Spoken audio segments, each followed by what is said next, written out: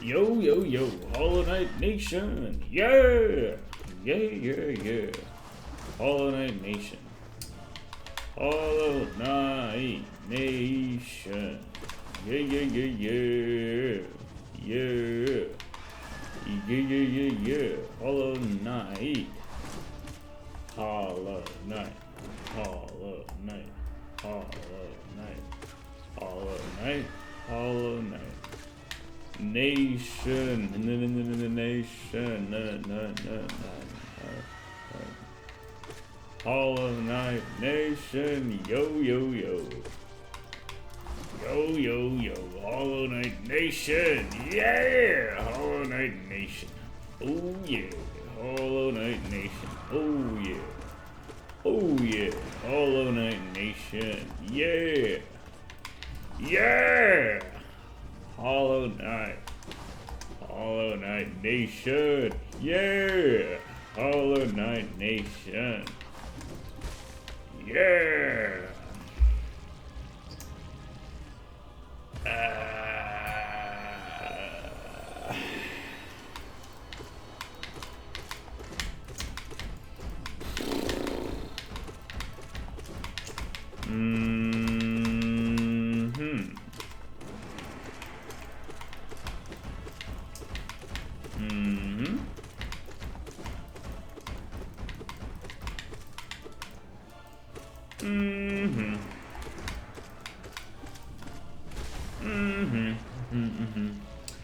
Yeah, now that everyone's gone, I guess I can start talking.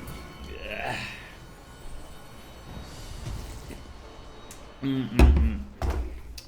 Hollow Knight Nation.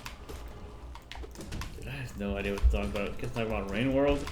Been loving Rain World. The Watcher DLC, so good. So fucking awesome. It's exactly what I wanted. So glad it's what we got. Rain World on its own, amazing fucking game. The first 10 hours or so, like of my personal gameplay and like my experience was an absolute misery. I hated it. First 10 hours, awful. After a while though, I finally managed to beat Survivor campaign, like the first character, the first difficulty. And at that point the game had become bearable. Like it wasn't miserable when I was playing it. It was just mildly interesting. It was mildly curious. I liked it kind of, but it was still frustrating and clumsy feeling. I didn't really like the movement or combat, if you call that. I didn't even consider it combat because I couldn't kill anything. But then I went to the second difficulty, played the hunter mode, learned that the hunter is a carnivore, meaning that you have to kill to eat, which was like both horrifying and amazing to like discover, because so far combat for my like playthrough was only reserved to like bugs lesser than me. I could only kill prey animals that were below me in the food chain. Suddenly, as the hunter, I was forced to eat other carnivores like the lizards, centipedes to survive. That kind of fucking is awesome, really. Holy shit, it made me engage with the game a whole different way. I defeated, like, I won the first like main game, the Survivor, by scurrying along like a little rat. Dodging every encounter I could, making sure I got, like, I killed nothing, I got killed by nothing, I was just a little rat scurrying around, avoiding fights whenever possible. But as Hunter, suddenly the question stops being, how can I get around this foe, and more like, am I going to kill this foe? Do I try to eat them, or do I try to go past them, or like, maybe I'll get some better food along the way? And that was a super interesting new, like, dimension to the conundrum of how do I get past this guy. Suddenly becomes, should I eat this guy? I love that. I love that so much. Then it became a lot better. I finally beat Hunter mode after like a few attempts and a lot of practice. Super fun experience. DLC comes out like called Downpour, adds a whole bunch of new slug cats, and I just got to play all of them. It's a super amazing DLC as well. A lot of new content, and just like the main like new campaigns and new deals, like DLC slug cats on their own are fucking awesome. Love that. Provides like a whole different experience to the base game, adding a lot of content, just a lot of lore as well, and good times. But what really stood out in that DLC, honestly, that I don't think is it needs to be said every time I mention this DLC is the integration of the multiplayer mod. Like the multiplayer co-op like is so fucking good. It's become the cornerstone of Rain World for me. Is like remembering playing it with friends, and yeah, it's just such a good co-op game. I love it so much. Favorite addition to that mod thing. Expeditions as well. Second, like I think that's from an actually mod that was implemented as well. Also, just a great idea. Huge, fucking lot more replayability. I love that DLC a lot. It's super good. Worth every penny. And now Watch DLCs comes out, and well, I did say like how about like all the while I did mention how they had integrated other mods like multiplayer and expedition, the main focus of that mod, like that DLC, was definitely the new characters. You got a different moveset, new slug cats to play with on the same old world with some changes, which is really cool. This, however, is pretty much the base slug cat with some changes, but an entirely different world, which I think, and like new creatures to fight, dodge, learn, new environments to discover, explore, learn. Like there's been multiple times when I've met various creatures, new creatures that I have no idea what did, just been like kind of confused, not really understanding them, feeling frustrated by them in some ways. Until I suddenly realized, or like through experimentation and learning, holy shit, that's their shtick, and that's how I can use them as well, or like how to avoid them. Some creatures are just obstacles that you need to have like a unique way of avoiding, which I really like. There are like a new creature just who's like a weird, almost like a crab-like thing with a shell that is like electric or some sort of thing.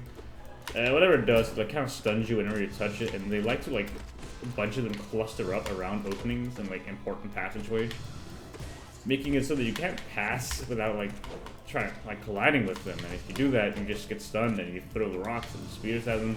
They don't necessarily move. They're hella fucking annoying. Or at least I thought they were, until I realized you can just kind of throw snails at them. Snails go there and pop, and they all run away from that. Explosives in general just do the job well, but you don't always have this available. Snails generally you do have available. So far I've found that most of the areas where these like stun creatures are, there are also snails nearby.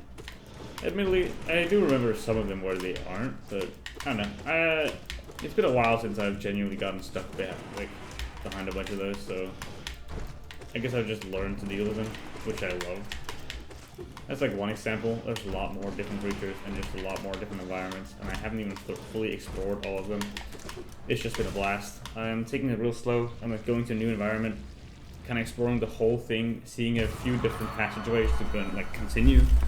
Neglecting them entirely, I'm not going there, and instead just continuing on exploring. I love it so much. Heavily depends on the area. Last play session, I found like a big water world, which sucked so bad. I hated it. That I ended up just like rifting out of there, like popping the portal and flying away. Then I just kind of tried to come back to the portal and realized, okay, I fucking soft locked myself. Or like, not actually soft locked myself, but made it so that that portal is useless, like a one-way portal. Because if you go back into the water world from that portal, you just get stuck. Like you can't make it anywhere with that. The water is too deep. You don't have any like way of getting air. Oh my god, you went all the way to the left.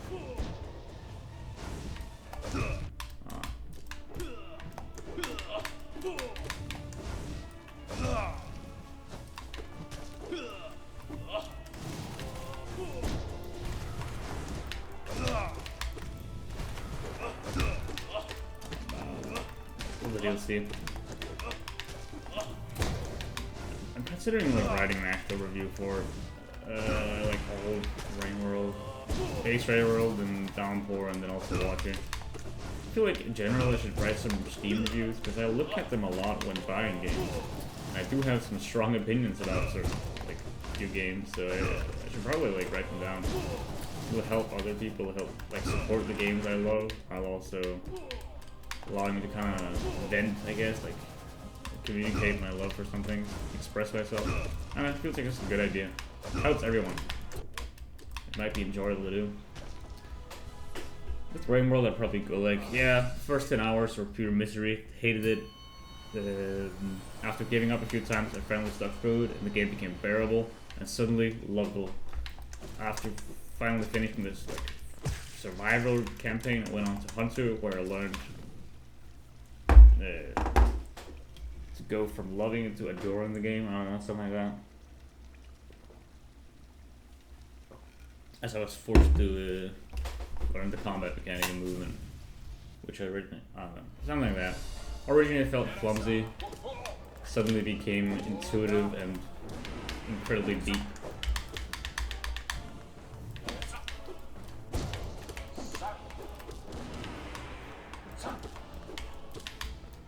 What originally felt clumsy and frustrating suddenly became enriching and fun. Enriching and fun feels like kindness and then... Oh, I thought I had the dark dash. Oh, fuck.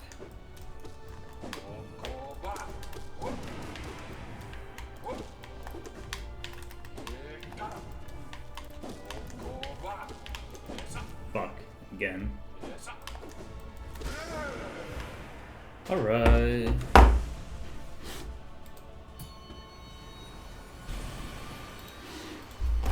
Fuck!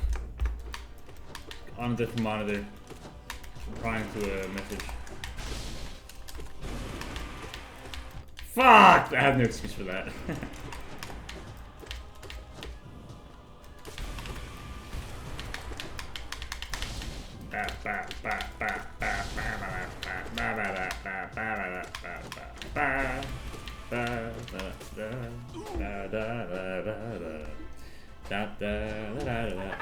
Dude, what am I doing?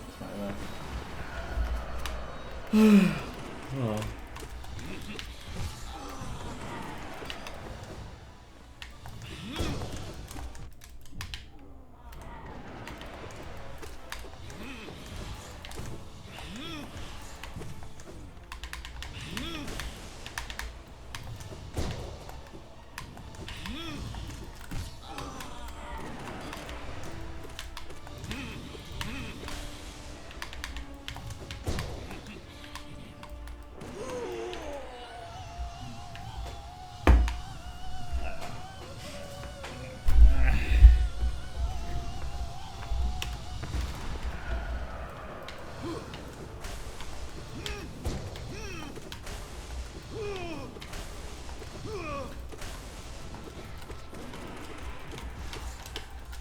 Uh-oh.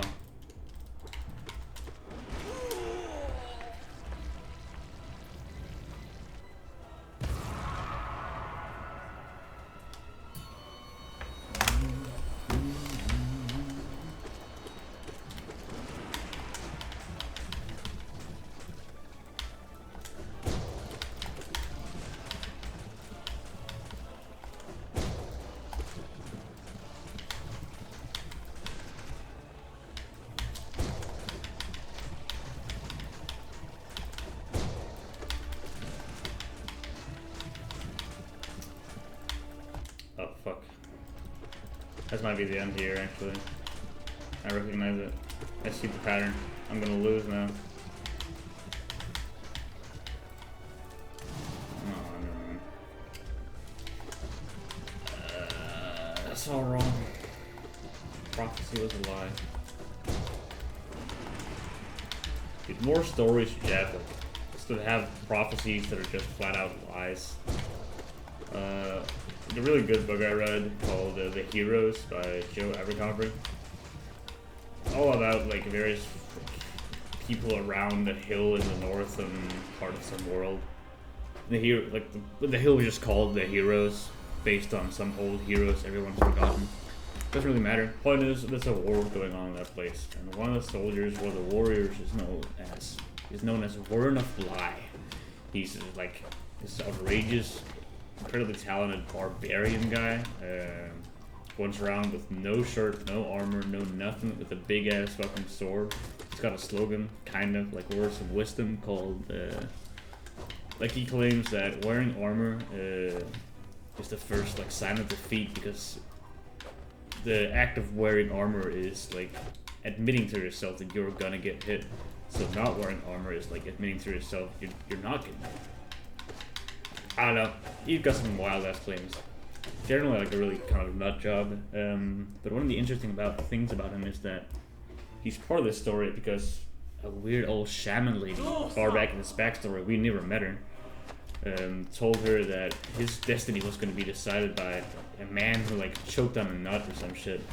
And as it happens, one of the main characters ends up like kind of choking on a nut around Bly, like around Warren, and so Warren just kind of starts following the guy around because like, oh, okay, this guy's gonna lead me to my destiny, I guess. Additionally, she gave him like the exact time and place of his death, which was far into the future. And so he was like super confident, like why would he ever wear armor? Like he was never gonna lose because he knows when he's gonna die anyway. Blah blah blah. It's kind of mentioned a few times in the book. But spoiler alert, towards the end, it just ends up being wrong, and he dies, like off like in this random battle above this hill called the Heroes. And I think that's pretty funny. I'm gonna do that in D&D at some point. Give my players a prophecy of some kind, and they're just gonna be flat out wrong. Just like told by someone weird. I'm gonna make it obviously shady, like a shaman lady who might not know at all what she's talking about. Especially if the other characters are somehow like a mage, like legally magical, or studies the arcane, some kind of wizard, sorcerer, I don't know. I think that'd be funny to have them meet a fucking liar. A faker. I might lose here. I'm not planning on healing. Oh, yeah, like that. Alright, cool. Well, thank you all for watching today's episode of... yeah, whatever.